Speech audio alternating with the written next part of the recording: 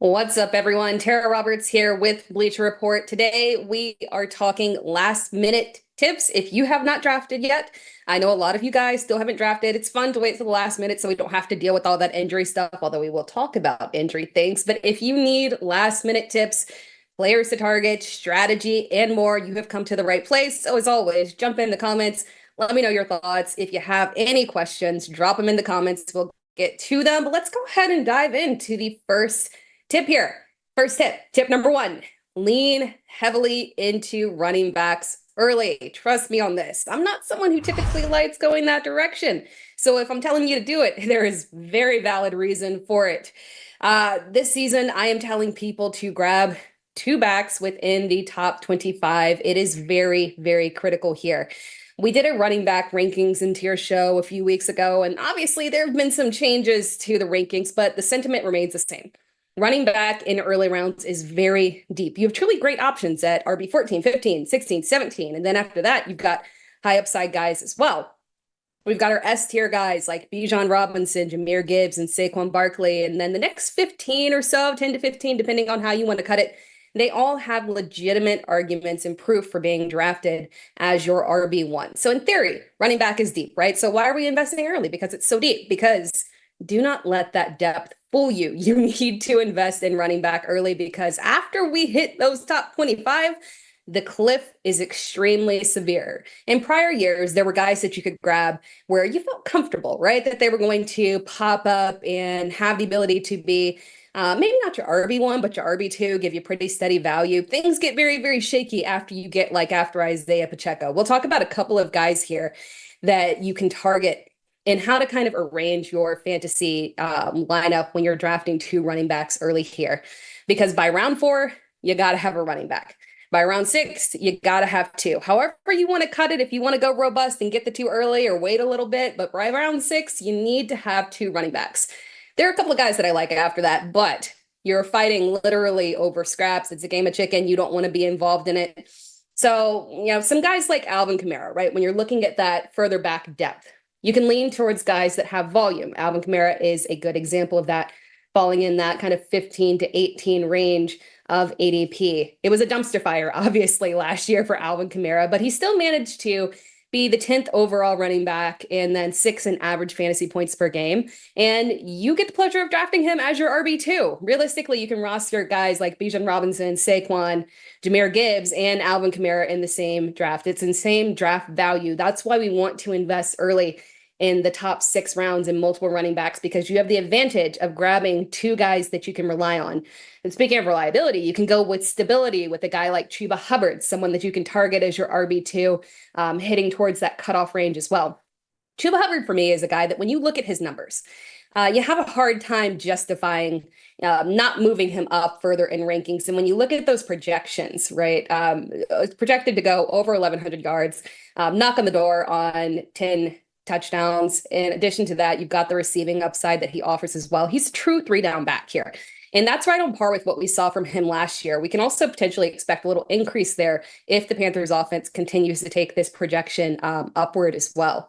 Then you can also say, okay, I don't want the stability. I don't want the safe options. What if I go with upside? You can hit a guy like Travion Henderson as well. I know that it is terrifying going into the New England backfield for a committee, but Henderson just looked fantastic this entire preseason. That's why you'll notice his projections are very high for a guy who is arguably in a committee with Ramondre Stevenson, but should very much so in terms of talent be able to outshine him and be able to be a very reliable RB2 for you with his receiving upside in that Patriots offense that's turning around there. So when we're looking at running back early, when you've got guys like that, who give you such massive upside and you can grab them in that low end RB2 range, that mid RB2 range, you got to do it so that you're not messing around with that scary little RB3, the back end of the dead zone. It's not fun. Avoid that.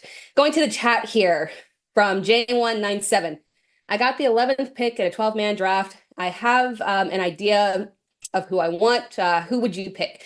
So the 12th or the 11th spot there, that's a good area for you to, it's tough to get a running back in that back half. Usually your guys at that point are gone. Those top 3 that we talked about, even a CMC is going a little bit higher there. So with that 11th pick, My preference there is to lean into the best available wide receiver. There's a variety of options that you can go with, but I'm occasionally seeing a guy as stable who has been the wide receiver three overall for the past 2 years, Amon-Ra St. Brown, falling that far back. So I lean into a high upside wide receiver at that. And then in the second round, you can turn around and grab your running back there, still get very high upside. That's an area where I see Derrick Henry and Devon Achane going. So that's a good combo that I like to take when you're going from the back half there. From Gavin Wong, 33, keep Hubbard or trade away. Keep Hubbard or trade away. I have Achane, Connor, I don't know what the last one is, and then Tracy. So for that, I kind of lean towards keeping Hubbard just because when I look at Connor and Tracy, Connor has typically been a very stable back. The only concern there for me is that we have been hearing a lot of chatter on how they want to get Trey Benson involved more. And then Tyrone Tracy does have the RB1 role right now in that offense. I'm not sure that Cam Scatterbo was a massive threat there, but at the end of the day, those two don't have the stability in terms of Chuba Hubbard. I would keep him. I would much prefer to have him as that stable RB2 through the remainder of the season. From M. Gracious, who are the best rookie running backs to stash on your bench?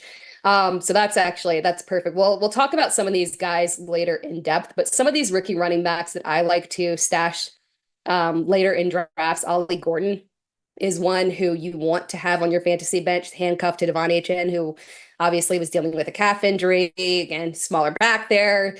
Jalen Wright injured. Another rookie running back that I think is interesting, obviously, is Woody Marks. I'm anticipating that Joe Mixon is not going to be available for the majority of the season. We'll get to that in a little bit. But Woody Marks is the handcuff to Nick Chubb right now, who's an older back. It's been a while since we've seen him complete a very full season there. And then Taj Brooks is another one. He should be the direct handcuff behind Chase Brown. So those are some rookie running backs that I lean into as well. Tip number 2 there. Take advantage of mismatched ADPs. I'm going to give you guys some of my favorite players that I think are mismatched in ADP, why you should invest in them. Because a lot of times when you see these ADPs that are a little bit further back, you get hesitant to lean into it, but the value is there. You have to take advantage of it. Courtland Sutton is really that number one guy for me. And when people talk about Courtland Sutton, they like to look at his overall statistics from last year. And sometimes they like to look at his statistics as a whole throughout his career, which I don't really think is fair. He unfortunately had that same Terry McLaurin treatment, but a little bit worse there in Denver for a while. They had quarterbacks running through there like Drew Lock. It was a bad situation.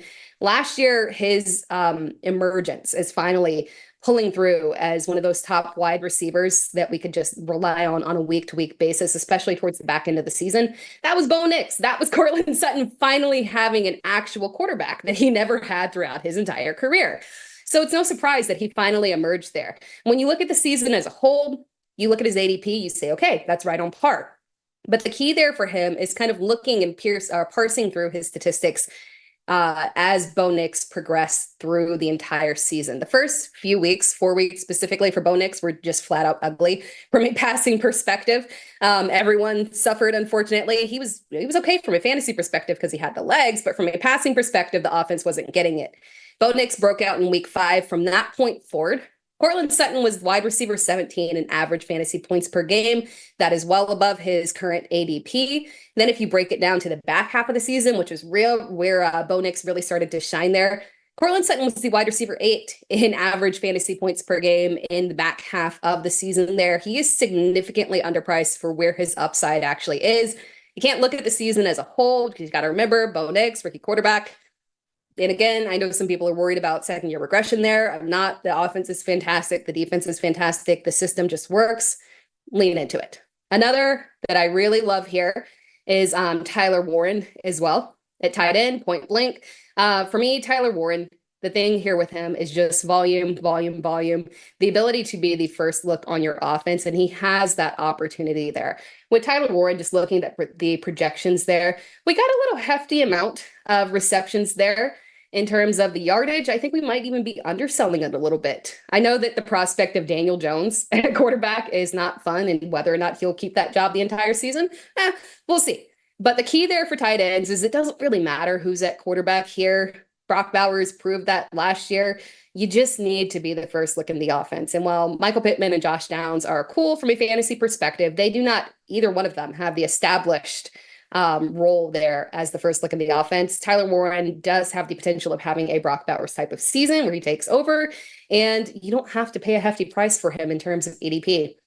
Calvin Ridley is another guy that I absolutely love in terms of just, you got to smash the button when it comes to Calvin Ridley.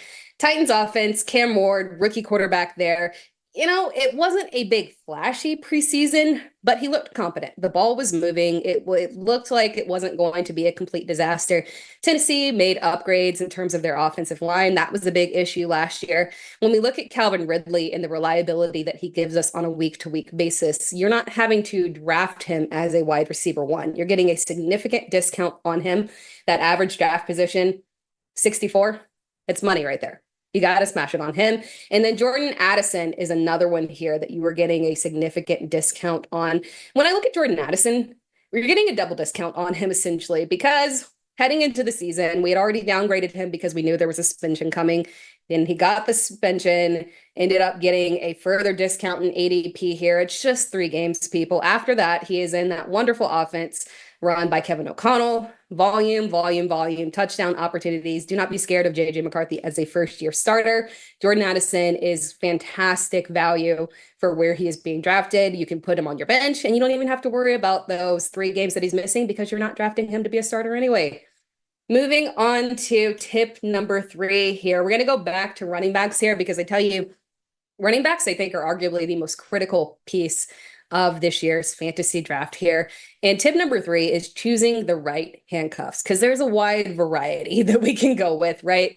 But we want to choose 3 types of guys for me. Guys that offer standalone value as handcuffs where they can be on your bench, but on a week-to-week basis if necessary, especially when it comes to bye weeks or player injuries. You might be able to put them into your lineup as a flex option because they offer that standalone value. Then there are direct handcuffs with high-powered offenses.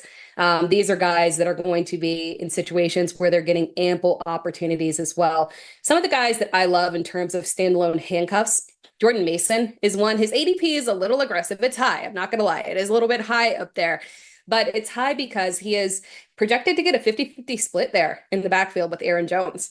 Which I know might feel a little bit uncomfortable because it is Aaron Jones, but the Vikings have actively said they want to reduce the workload on him because he was overused last year.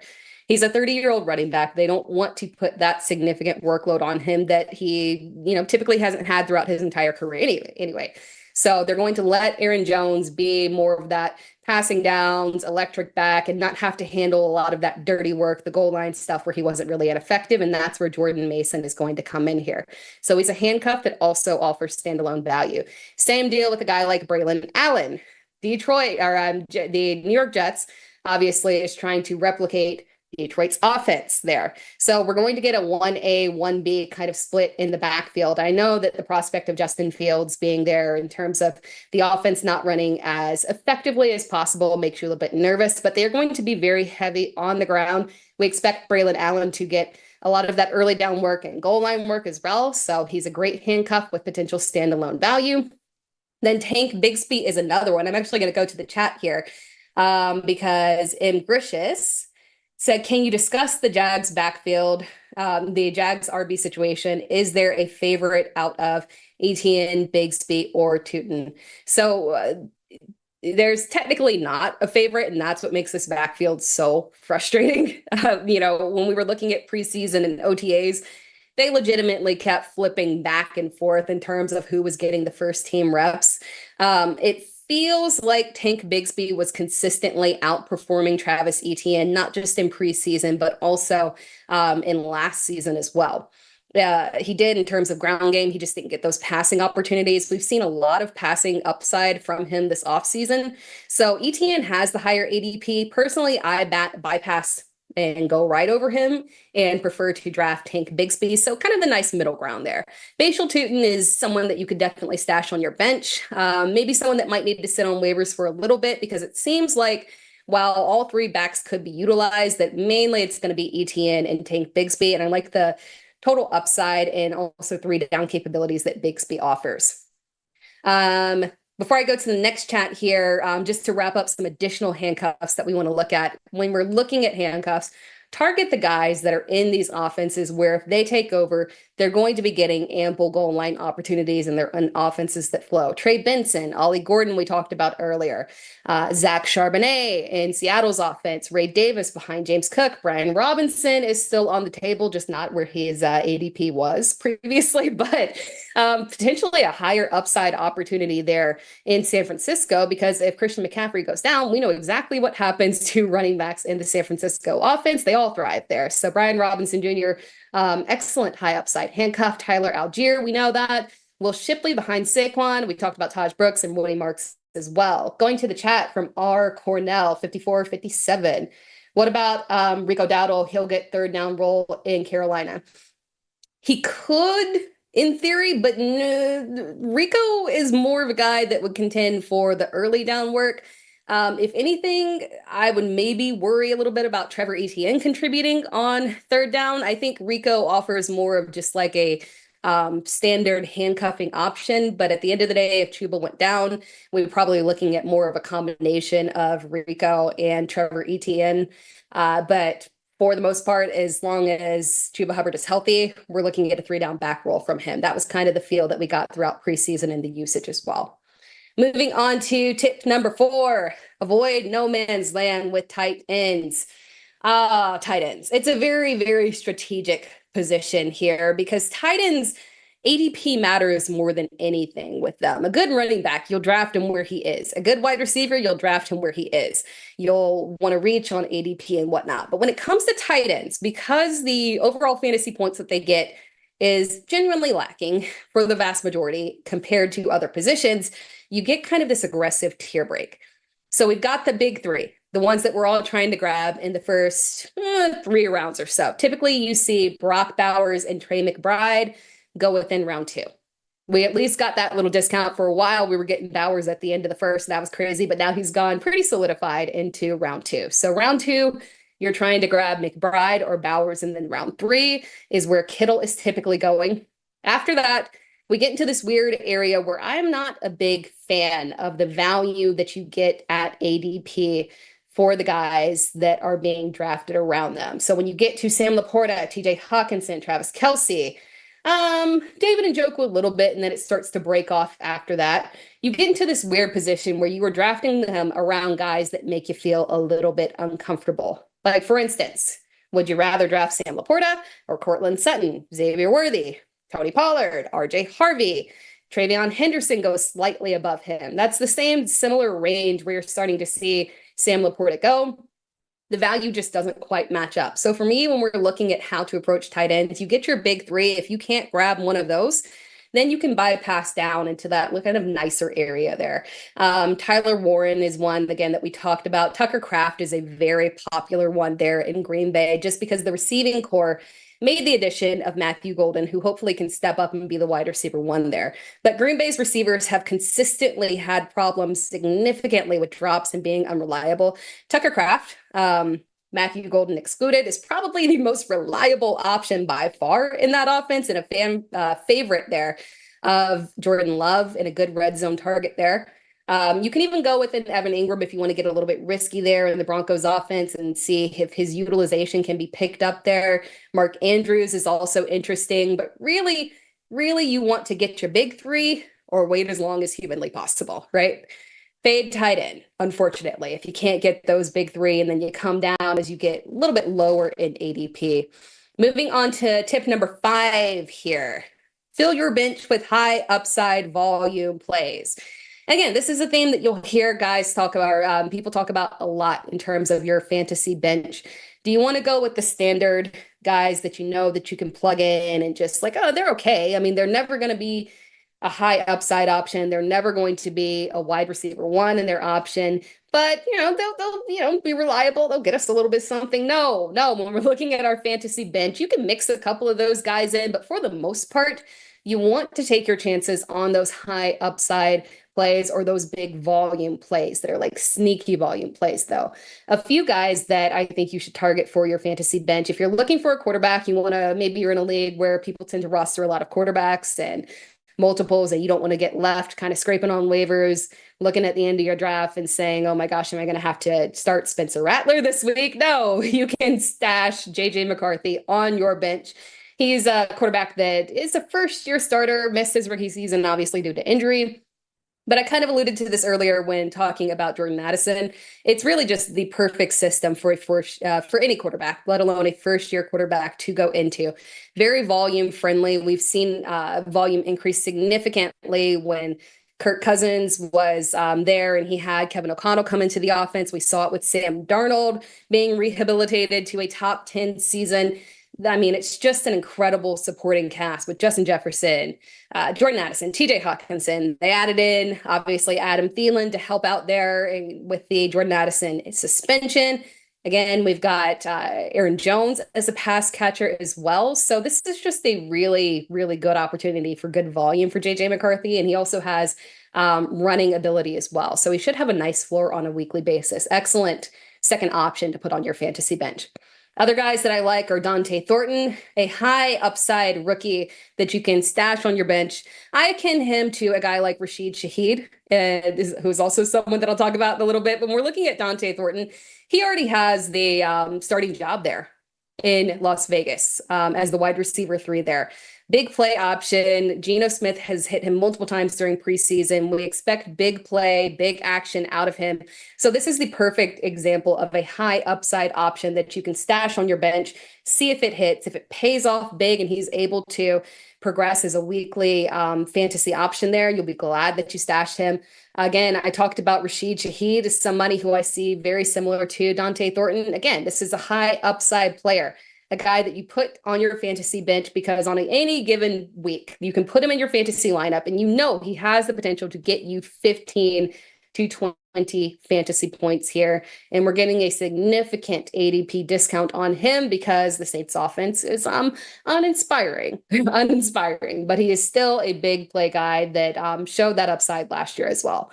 Christian Kirk is another guy. So he's not necessarily the massive high upside play, but he falls into that high volume category of a guy that you can grab, put on your fantasy bench, and on a weekly basis, when you're looking at him, he's got that slot role in Houston. He'll continuously get peppered with targets from CJ Stroud, play very well, very well off of Nico Collins as well in that offense. Should be the second look there in an offense that is going to potentially lean heavily on the pass with the running back situation being in such a sketchy place, unfortunately. And then another option is Braylon Allen. I talked about him as a handcuff option, but really just to kind of, nail home that this is somebody that you should target and put on your bench.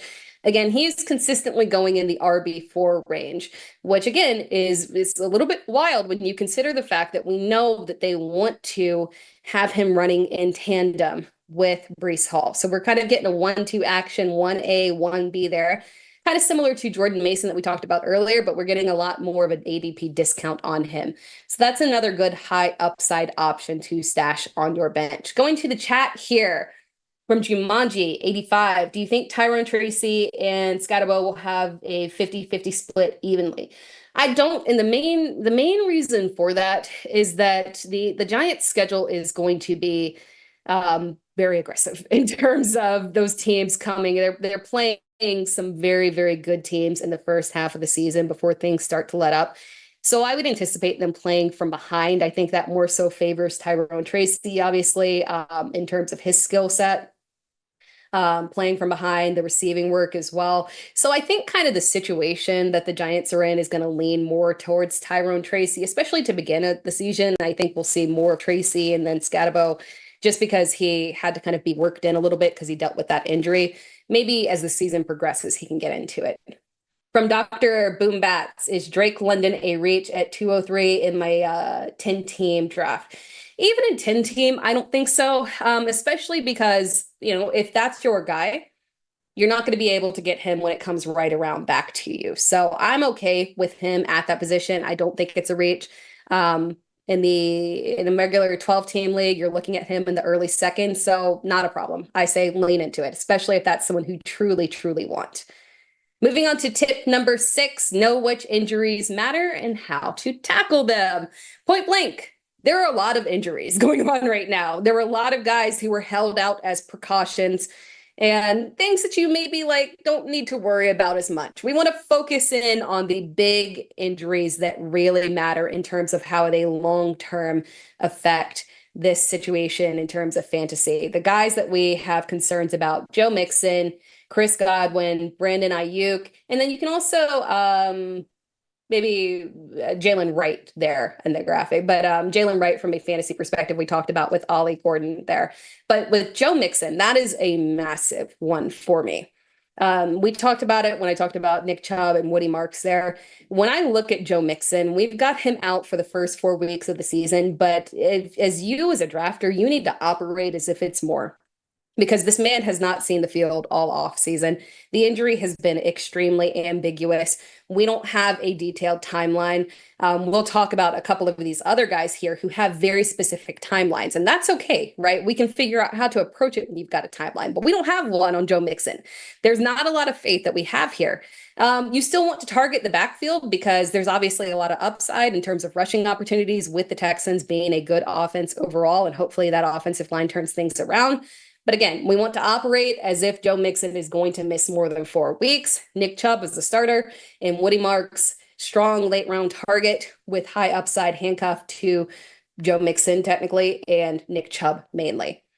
Chris Godwin is another one. We do have a specific timeline on him. Thank goodness, right? Because it was looking murky there for a second. So he is not starting the season on the pup. That is good. But we were told specifically that they do not expect him until October. So operate from that perspective. That means that for the first 4 weeks of the season or so, you are getting a very significant amount of targets to Mike Evans and Emeka Egbuka as well, because you got to remember that Jalen McMillan is out over this time period as well, potentially longer extended because it was a neck injury here. So we're seeing Emeka just fly up draft boards in terms of ADP. Just because of the opportunity that he has in there. And you also have to remember that there is going to be some ramp up with Chris Godwin as well. So Godwin is okay. Just be careful when you're drafting him, because know that you're not going to be able to mainly utilize him until the back half of the season at full capacity. And we're good with drafting Emeka Egbuka. Then we have Brandon Ayuk. The timeline that we got on this one was a rough week 6. That is an estimate, not an exact time period. More so that you need to operate that he is going to be available in the back half of the season. I would not expect to be able to utilize him at full go in week 6. For that reason, again, we are leaning heavily into George Kittle, Ricky Pearsall, and surprise, surprise, Jawan Jennings did show up at practice today. So perhaps the injury was more of the contract situation there. So he is also an excellent value in terms of ADP as well. Moving on to number 7 here, draft tip. Don't be afraid to draft unproven or risky players for high reward. Again, the theme here is that we are aiming to win. You don't play it extremely safe. You want to take chances because you're locked in.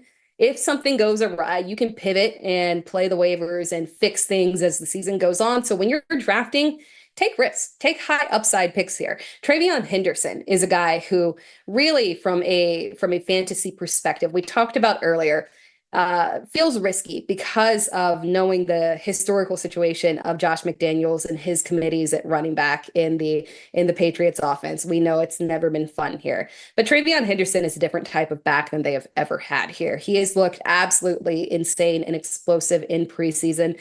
From a fantasy perspective, we are already expecting a higher production out of him in week 1 than Ramondre Stevenson. Don't be afraid to lean into his ADP right there, even though it feels a little bit high for a guy that you're drafting in a committee. On the same lines there, RJ Harvey is another one. He looked fantastic during preseason. Different situation because we've got J.K. Dobbins there, and J.K. Dobbins looks excellent last year. So when we're looking at this and thinking that it's going to be a committee, again, you get kind of worried, but at the same time, RJ Harvey, given the extreme pass catching upside that he has, and also given the injury history of J.K. Dobbins, the ADP there, he's a low end RB2. So you're drafting him to be a guy that you put into your starting lineup, but we are expecting him to put up enough fantasy production, even in the early weeks, before he officially pushes J.K. Dobbins out of the way here. So don't be afraid to lean into these high upside rookies. We talked about Ricky Pearsall when we talked about the injury to Brandon Ayuk. Expect that he is going to be out towards the midseason. they have the ability there to bring him on a little bit slower there just because they do feel comfortable with their receiving core. They added in some guys to kind of fill in some volume there as they've been dealing with injuries. But Ricky Pearsall is a guy that does have extreme upside with the absence of Brandon Ayuk and the trade of Deebo Samuel as well. Then we've also got Emeka Egbuka. We talked about him as well. Don't let the fear of Chris Godwin not going on the pup to begin the season make you pivot away from him. He is still a high upside option. I'm going to go to the chat here from Who Is He? There's honestly more value at tight end than usual. You can wait. Yep, exactly. You can wait on Ingram, Kraft, Henry. I like that you threw Hunter Henry in there as well, because while he it was a little bit up and down last season. You got to remember that the Patriots' offensive line was not good. Drake May was out there fighting for his life. They made significant investments to turn that around here. So he does have a good role in that offense as well. So yes, we are bypassing. We are waiting. If you want to grab the top three, that's cool. Wait a little bit until you get into that Tucker Craft range and call it a day. From J197, how do you feel about Genty? I feel fine about him. Honestly, his ADP has dipped enough, not massively, but enough to where you're not feeling like you're having to draft him over CMC or Derrick Henry. At least he has fallen back a little bit on that end, and you can get him potentially sometimes in the second round, early second round. So I'm still feeling good about Genty in terms of where you're able to draft him. Now, before it was a little bit aggressive, but you got to remember that he is going to be the three down back there. Raheem Mostert is the backup. But at the end of the day, we're going to see some improvements and probably a little bit of growing pains, but improvements from this Raiders offense. He's got the pass catching upside as well, three down back. So we still trust him as an RB1.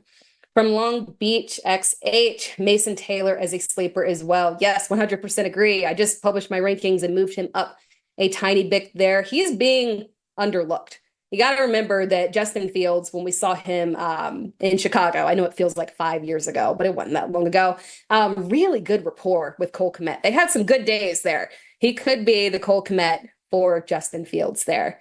But I appreciate you all joining in. Great questions. By the way, just to recap here, these tips, again, lean heavily into running backs early. You got to have two running backs by the time you get to round 6. It gets very ugly very fast. Tip number 2, take advantage of mismatched ADPs with guys like Cortland Sutton, Tyler Warren. We talked about tight ends and waiting on them. Calvin Ridley, Jordan Addison. Tip number 3, choose the right handcuffs. These are guys like Jordan Mason, Braylon Allen, Tank Bigsby, Trey Benson, Ollie Gordon, Zach Charbonnet, Ray Davis, Brian Robinson Jr., and so on. You want to target the right high upside handcuffs to sit on your fantasy bench and potentially be league winning options if their starter goes down. Tip number 4, avoid no man's land at tight ends. We just got that wonderful chat that was talking about it. There's a lot of value later in terms of guys that you can wait for and get very close to the same production as we'll see out of guys that are being drafted as tight end 4 and 5 there, and you get a nice ADP discount on them. So you get your elite guys, those first 3, Bowers, McBride, Kittle. If not, then skip, wait, because there's value later in the draft. Tip number 5, fill your bench with high upside options or volume plays. I talked about JJ McCarthy, Dante Thornton, Rashid Shaheed, Christian Kirk, Braylon Allen.